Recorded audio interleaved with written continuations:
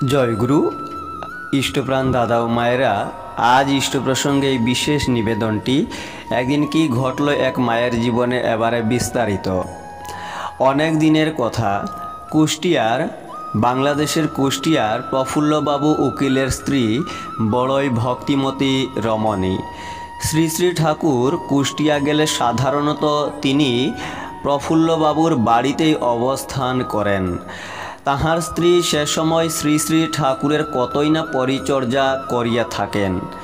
মাটির একদিন প্রবল আকাঙ্ক্ষা হইল শ্রী শ্রী ঠাকুরকে পায়স ভোগ দিবেন। সেদিন দিবা দ্বিপ্রহর পায়সন্ন প্রস্তুত করিয়া ঠাকুর ঘরে শ্রী শ্রী ঠাকুরের পট মূর্তির সম্মুখে তাহা নিবেদনপূর্বক সেই মা আকুল কণ্ঠে নিবেদন করিতে লাগিলেন, দয়াল ঠাকুর, আজ যদি কৃপা করিয়া এই দিনার গৃহে পদার্পণ করিতে, তবে তোমাকে নিজ হাতে পায়েস ভোগ দিয়া মনোবাসনা পূর্ণ করিতাম।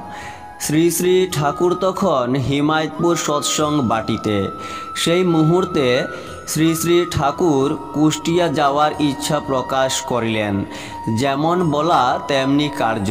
ক্ষণকাল মধ্যেই, কিছু সময়ের মধ্যেই শ্রী শ্রী ঠাকুর কুষ্টিয়া অভিমুখে রওনা হইলেন।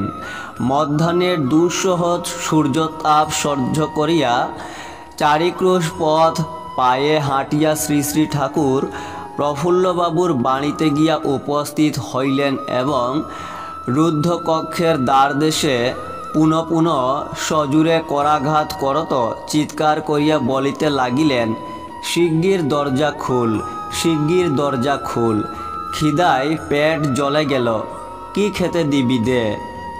দ্বার অর্গলমুক্ত হইল।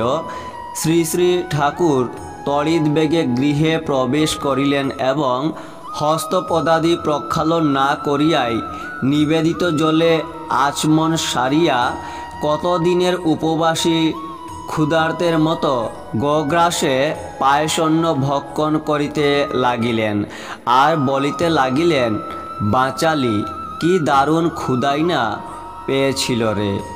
আপনারাও তথ্যগুলি শেয়ার করতে পারেন। জয় গুরু।